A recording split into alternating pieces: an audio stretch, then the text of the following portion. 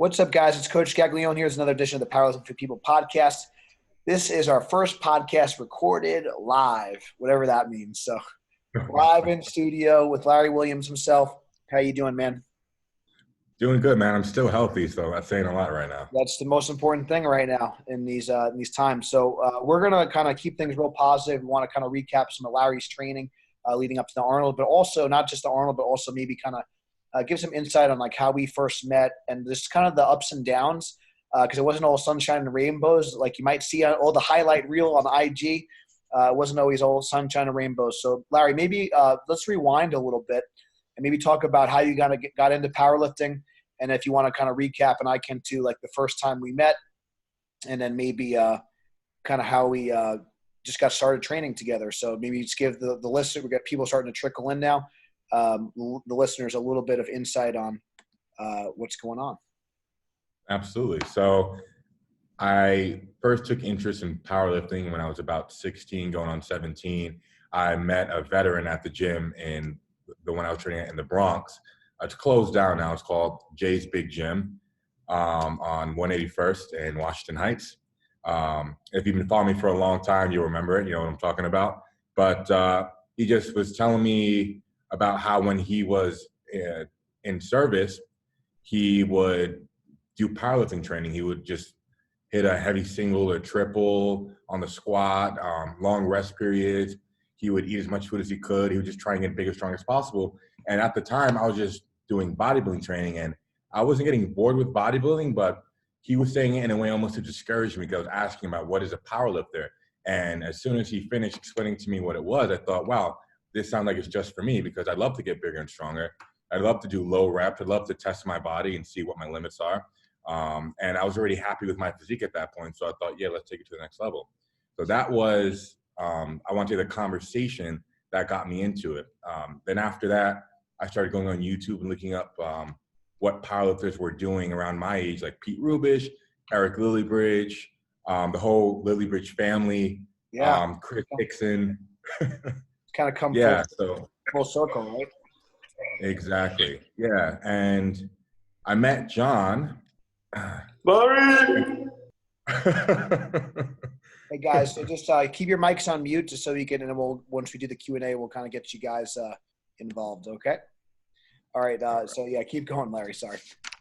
Oh, no worries. So fast forward a couple of years. I think I'm 19, big fro, wasn't getting a haircut when I needed to. And I went down to Long Island to Gaglione Strength Gym. And I went down there with Kevin Oak. And at the time, Stan Efferding was doing a seminar. So we decided to crash it and get there at the end. And we were hoping, we had our fingers crossed, that we could get a workout in with the Almighty Rhino and learn a thing or two while we were there. And it turns out I had a big bench PR. I hit a deadlift PR that day. I think John pulled 700 in his suit as well. I think you pulled 700 that day. Put me to shame. That was the first and only time I pulled 700. I remember when you walked in, I didn't know who you were at the time. We had some mutual friends. We had the deadlift party with Stan. I was pumped at the time. You know, it was my first 700 pull. I was feeling excited. And then Larry walks in 19, pulls it for a triple. And then, to make matters worse, old man Stan had to do 4. He had to one up you. So that was an epic day for sure. So what was kind of going through your head at that point, and how did you feel kind of training in that environment? There was a lot of, there was like 5, 6, 7, maybe 700 deadlifters in one room, and you were 19 years old. How was that, like, your first experience at Gaglione Strength and then having the deadlift party with Stan?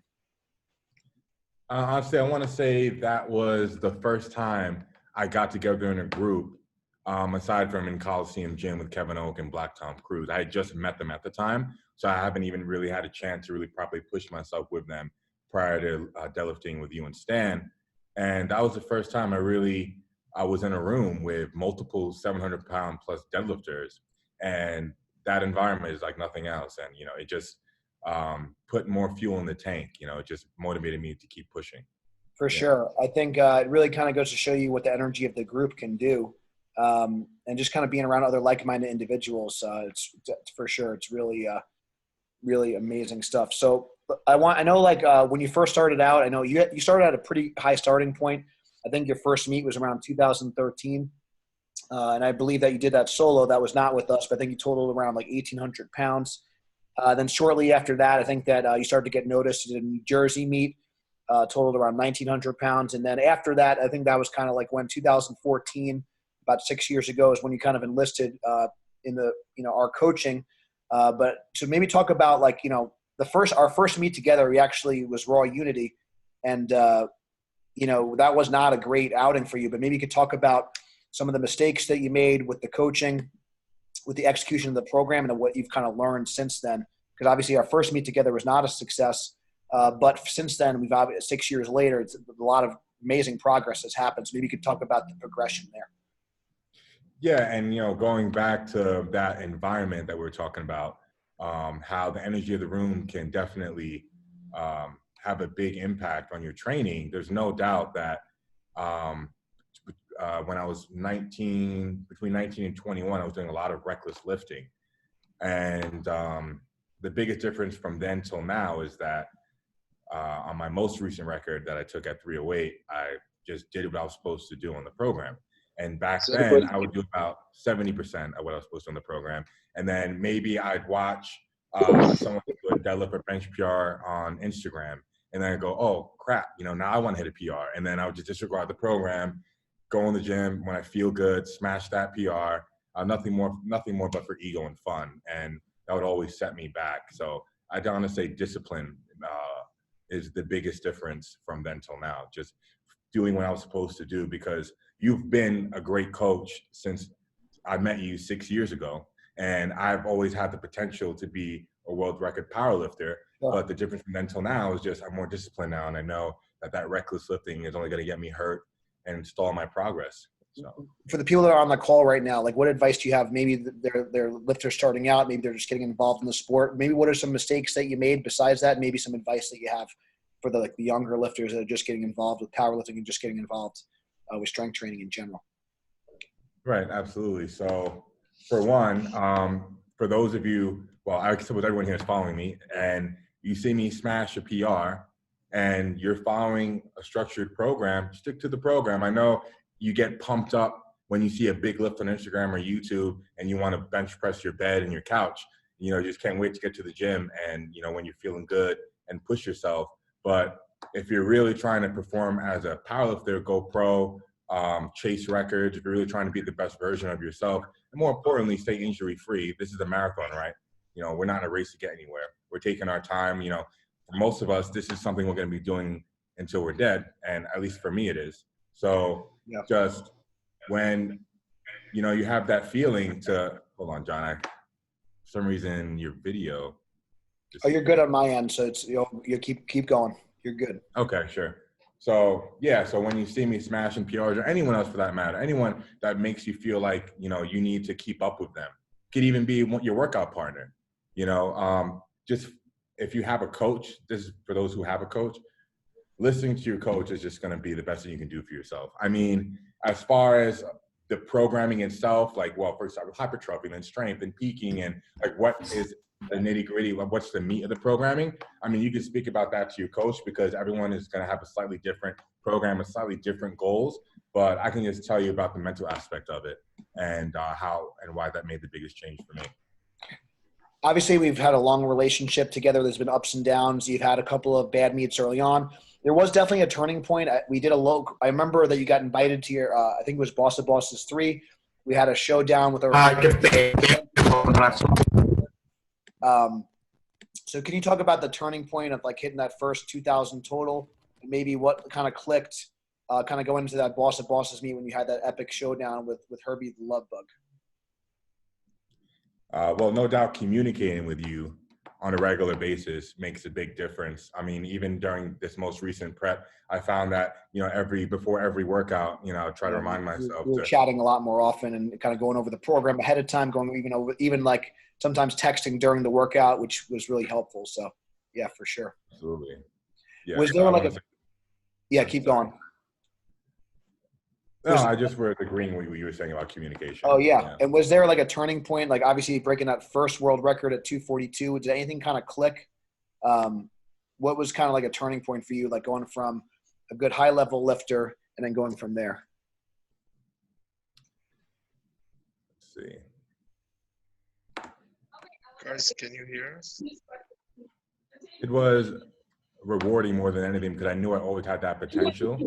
And to be the best in the world was something I never thought I would really be able to do, because I knew I had a lot of doubts and stuff going on outside of the gym that I felt would prevent that from happening.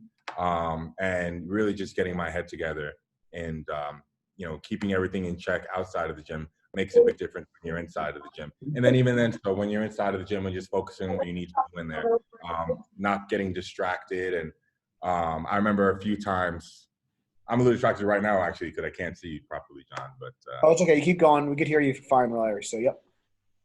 Okay. Yeah. So when I'm during training, from back when I hit my first 2K total to my world record total at 242, I believe I had a couple of injuries in between then, didn't I? Yes, you did. Yeah. Yeah. And I feel like that's part of the growth process.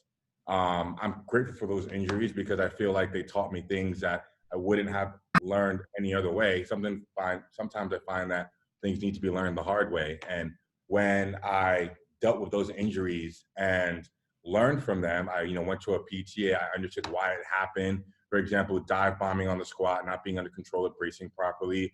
I had a minor tear in my pec. I find that each injury taught me a lot about myself and how I was lifting, and like really refining my technique between that 2K total and the 242 total was critical. That's what made a big difference. I was using my brute strength prior to that world record total, and that brute strength was good up until a point. It was not a matter of if, but when I was going to get injured.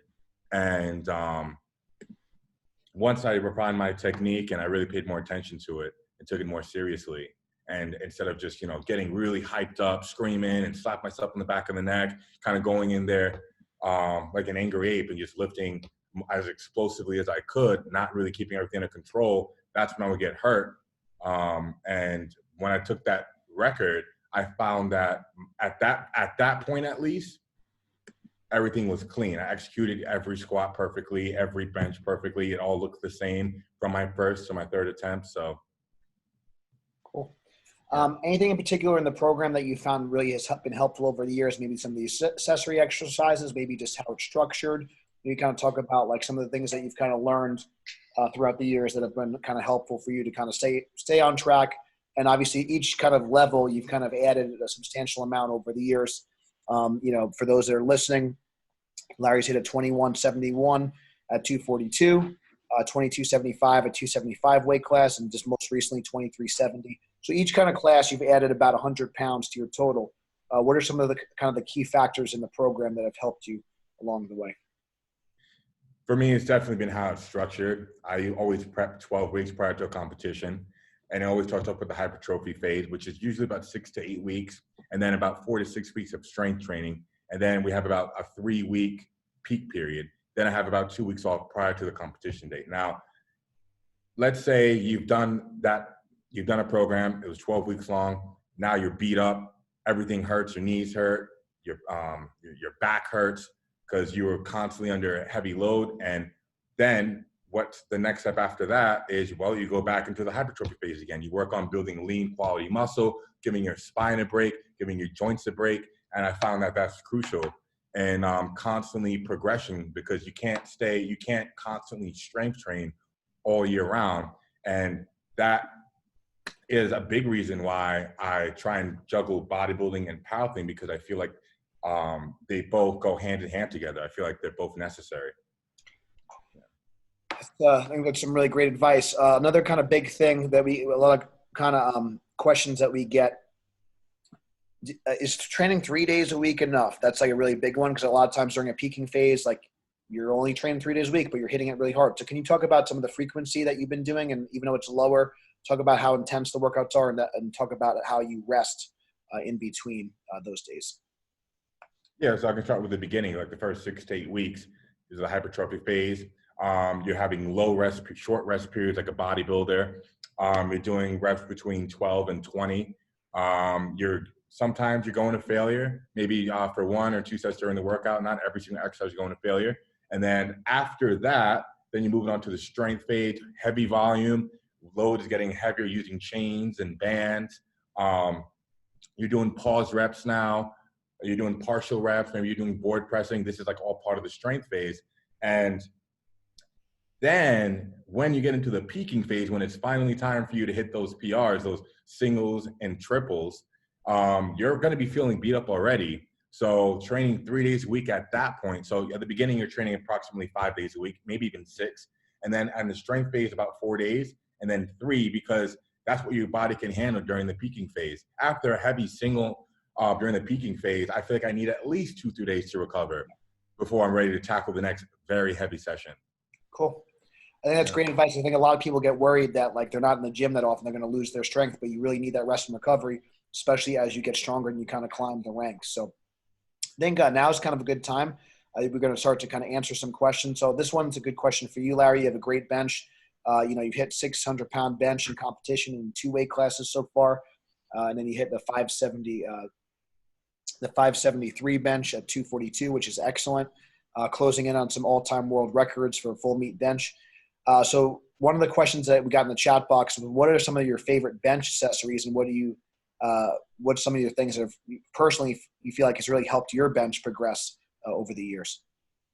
I find the best accessory for a core movement like the bench, for example, is whatever replicates the bench press movement as closely as possible. For me, number one would be pause bench. So I always pause in training now for the last year or so, longer than I need to in competition, because you don't know how long they're going to give you of a pause in competition. I remember once at the Kern a couple of years back, I felt like I was down there for 5 seconds and I wasn't ready for that. That was a long pause for sure.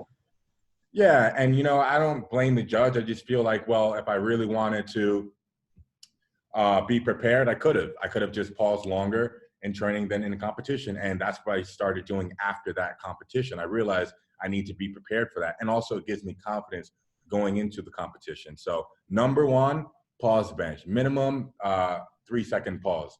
And you can count it 1 Mississippi, 2 Mississippi, for example.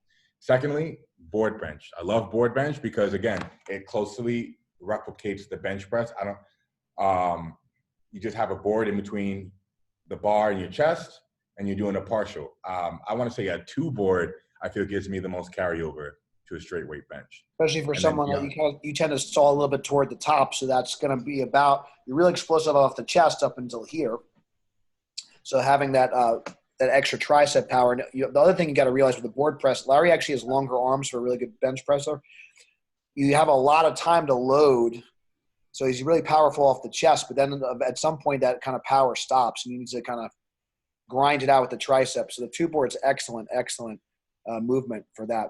So this one maybe the first we got a question about this guy is 25% body fat, which I don't think is too bad. I've been as much as 40%, so that ain't too bad, buddy.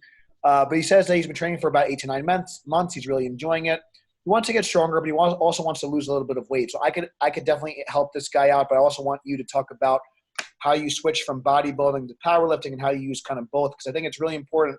I think a lot of times people try to do both at the same time and they get suboptimal results. Can you maybe talk about how we do kind of cutting phases and hypertrophy phases where you're trying to improve work capacity and maybe lose a little bit of body fat? So what's your recommendation for someone that wants to get a little bit leaner, but they also want to get stronger? And then I could chime in about what I'm doing as well. Well, for me, I find it needs to be done one at a time. Like you just said, I find that you can't get leaner and stronger. Hold on, it just went full screen. You're good, my man. Just someone just changed their thing. Yeah, I find that you can't get leaner and stronger at the same time. But I do find that, let's say you have a 3-month hypertrophy phase where you're working hard in the kitchen, you're cutting calories, cutting carbs, you're monitoring your proteins and your fats. And then after that 3-month period, right, you made some gains, right? You're tracking your progress, you're seeing how much body fat you've dropped.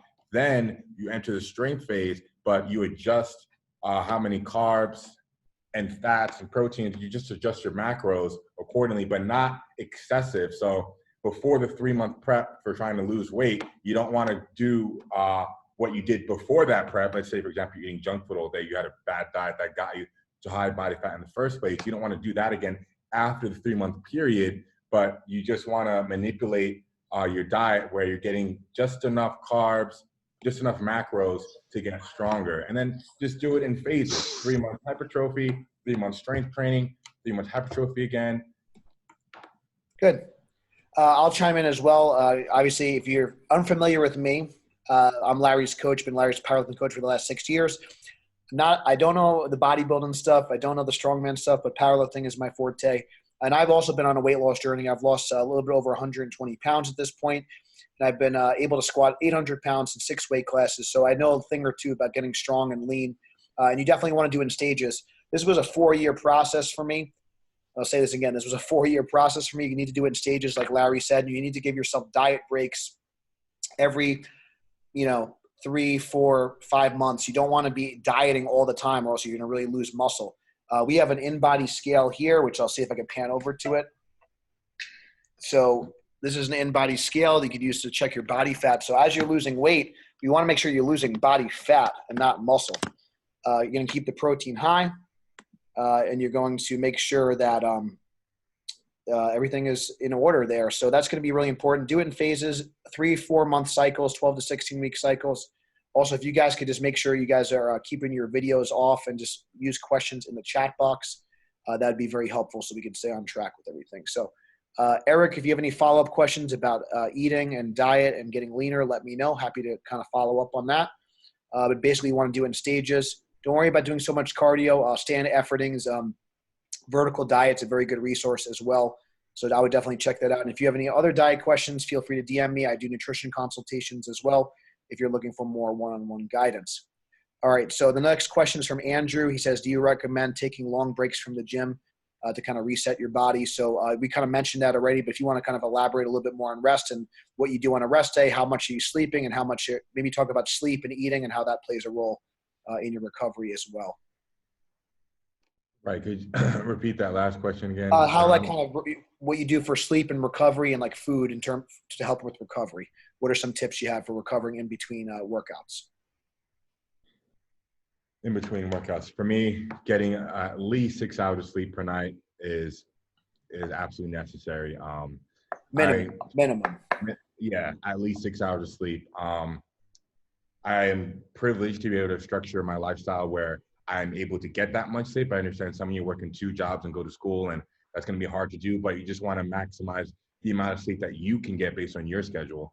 If you're not going to be able to get 6 hours of sleep, no matter how hard you try, that's okay. If you get 5 hours, great. If that's the most you can do, you have to work with the cards you've been dealt. And I work with Matt Jansen for my nutrition, and he was the one who was able to crack the code and get me from around 265 to 272 and over 300 pounds in just a matter of a couple of months.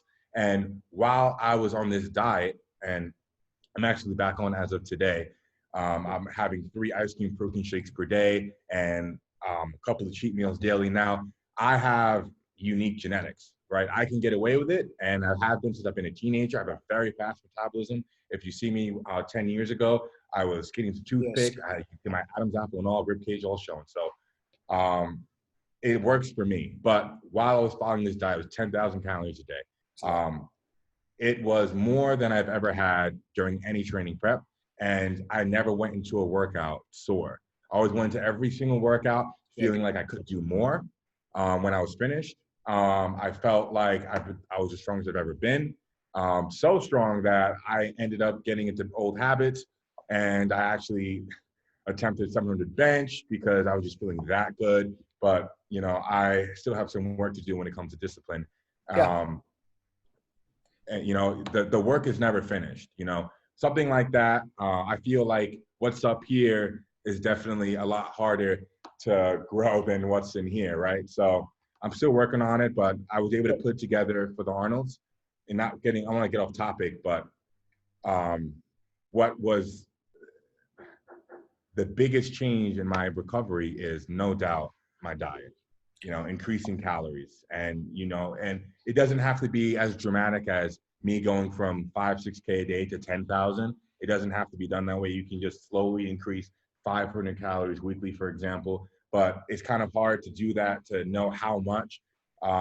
So I would say it'd be worth the expense to hire a coach, a nutritionist, because that's what helped me the most, instead of trying to figure it out on my own or taking advice from friends or internet articles. So hiring a good nutritionist would be my number one recommendation. Yeah. So I think number one, you got to eat big to get big. You need calories. So the guy that asked that's 25% body fat, you don't get to have the ice cream shakes, obviously. Okay, I don't get to have the ice cream shakes, but it just depends on what your goals are. Your behaviors need to match your goals. Right now, Larry's trying to push up the 308 record and beyond, so he needs those calories. He's squatting 870. He's getting closing in on 900-pound squat, 900-pound deadlifts, over 650 bench. So he needs those for recovery. My chubby little self of trying to get down to 198 pounds, so I don't get the luxury. I'm having tuna out of a can over here, and I'm doing the Piedmontese beef, which is an amazing option. But that being said, even though our goals are different, nutrition is still a really big part of recovery. I'm having 350 grams of protein a day. My body feels fantastic, even though I'm doing cardio every day and I'm training. I'm trying to keep up with this guy over here, but I'm still doing really well. Like I said, I still was able to squat 800 pounds in the 198 class. Geared or not, equipped or not, that's still pretty damn impressive in my opinion. So nutrition is going to be a huge factor in this. So definitely pay attention to that. All right. So guys, just make sure that you keep the videos off just so to keep this clean screen, and we'll keep the questions rolling. We talked about, we'll just go through this question quickly. And if Larry, if you want to elaborate, that's up to you. But we talked about during hypertrophy phase, it's going to be like 4 or 5 days a week of training. Strength phase, 3 to 4 days a week of training. Peaking phase, 2 to 3 days a week of training. So as we get closer to the meet, the frequency drops, the amount of days drop, the amount of rest increases. Let's see if so Von Andreas, if you have any other questions on frequency, we could follow up, but we kind of answered that before. Resting between heavy sets. I mean, we kind of recommend rest as needed once your heart rate is down, and then rest a little longer because your nervous system takes longer to recover. So Larry, when you're getting ready for like an 800-pound squat or a 600-pound bench, can you give the audience a little bit of an idea of like how you approach rest periods? And obviously during a hypertrophy phase, it's going to be less, but in general, when you're working up to your top sets, what's your rest periods like, and maybe talk about rest periods for accessory work as well. So the main movement, rest periods, and then accessory work, what's the difference? Okay, so during the hypertrophy phase, the first 6 to 8 weeks of training, it's very short rest periods, no more than 45 seconds in between sets and even in between exercises. So the workouts are only taken at a maximum of an hour and 15 minutes. Moving forward to the strength phase, the rest period is gradually getting lower and lower. So now we're talking about maybe 2 to 5 minutes. Now in the peaking phase, I find this is very important and made a big difference for me in my last competition. Now, my last meet at the Arnold was 12 hours. I got there at 8 a.m. and I wasn't out of there until 8 p.m. Right? That's why actually when I finished my last deadlift, I wasn't out there until 10 p.m. Yeah, it's a long So day. it's a long day. It's a long day. In between attempts, you may be waiting 15 minutes, right? 12 to 15 minutes. It's a long time.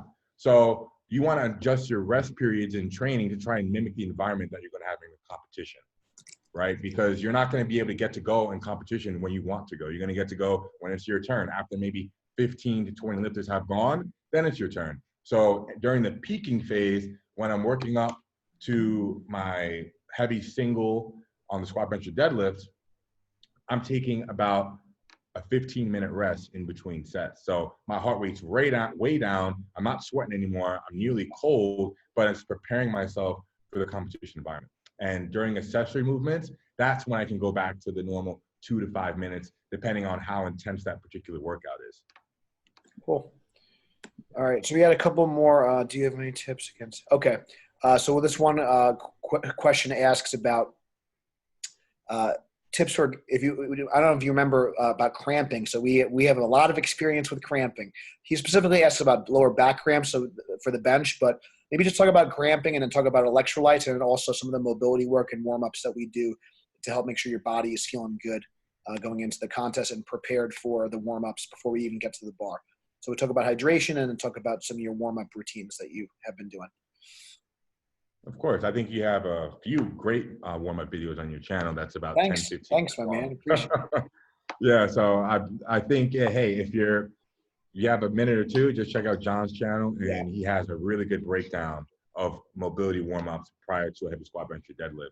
And I couldn't explain it any better than that. It is worth the time to watch it. But I can really chime in on nutrition and how it's made a massive difference for me. I remember it was Boss of Bosses when Stan Efferding came out with a bottle of Noon and, basically gave me the whole bottle over the course of 15, 20 minutes and along with some pink salt because I couldn't open my fist. That's how bad it was cramping in my forearm. This was after the squat, maybe had about 2 hours in between, and then the cramping. And you peel your fingers off open. That was intense. I was like, oh man. Yeah, and the Noon got me back to normal. Well, it got me to where I needed to be to finish my third attempt bench. I can't remember if I got the third attempt or not, but I, at the very least, was able to bench press without cramping my lower back or anywhere for that matter. So the Noon, now we chew them. At the time, we were just putting them in water and drinking it, but I chew a couple of Noon tabs, it seems like every 20 minutes or so during the competition because the cramps just keep coming. Yeah, that's definitely a good idea. So if those are unfamiliar, the Noon is basically it's an electrolyte tablet. It just helps prevent cramping. There's sodium, magnesium, and potassium as well. So those all help with muscle contraction, help prevent cramping. So that's a big thing. And like Larry mentioned, we have a lot of videos on our YouTube channel at Gaglione Strength. Also, we have a lot of kind of game day strategies. This is just a real cheap. You can get this on Amazon. This kind of outlines kind of how we get Larry ready as well as our other nationally ranked lifters. Are you ready to compete? So you guys could purchase this on Amazon. It's a cheap, I don't really make money on this, but it just kind of costs for the printing. I think it's like $15. That's it kind of gives you some insight on how we coach our lifters and how we handle Larry. But a lot of, like I said, the nutrition, the hydration, the warm-ups, these are kind of things that people don't really consider. At the Arnold, the length of the day, being able to kind of get through the day, planning out the warm-ups ahead of time, and just kind of adjusting to your surroundings is going to be big. So that's going to be huge. All right. All right. So, all right. That's all that we have time for today. Obviously, Larry, where obviously if everyone's following you, but where can people find you and then maybe kind of plug any of your, if you want to, your shirts and kind of any other merch that you got going on right now? Yeah. Hey guys, if you want to support Larry Wheels, if you want to support Team Personal Record, please check it out, purelifestyle.com. We have clothing, lifting gear, supplements, all that good stuff. Right now, though, I want to apologize for the delays on shipping because of the storm we're all facing right now. Things are getting stuck with customs in various countries, and we're having trouble even restocking. So once the storm blows over, things will be back to normal. But if you're ordering now, just please expect a longer time for shipping. Check out larrywheels.com/programs for all John Gaglione and I's training programs, from nutrition to hypertrophy, strength training. Everything is on there. We have 14 programs at the moment. And yeah. Cool. Yeah, definitely check out Larry Wheels. If you guys enjoyed this if this is something you guys want us to do a little bit more regularly, maybe we do it once a month or something like that. If Larry's schedule and mine allows it, we'd like to hop on and answer your questions a little bit more. We only have so much time on the Zoom platform. I'm still learning it. So if you didn't enjoy it, take a screenshot of this, push it on your IG, tag at Larry Wheels, tag at Gaglione Strength. We want to try to deliver you a lot of great information during this tough time. We want to be there and support you through this process any way we can. One of the things that we want to do is kind of give back and build a stronger community. Larry's been obviously our premier athlete and our best product of the system, but we've also helped over 80 lifters get nationally ranked over the years. It's a great system. It works for everybody. It's produced an amazing athlete, 3-time all-time world record holder in Larry Williams. Definitely support him. If you want to support the program, you can check out the links in our bios. Thank you guys so much for listening. This will also be on podcast. It's Powerlifting for the People on iTunes. We're going to reshare the recording. So if the podcast helped you, please share it. And please give it a 5-star review. It helps other people find us. Thank you guys so much for listening. And until next time, stay strong, and we'll see you soon. Take care, guys.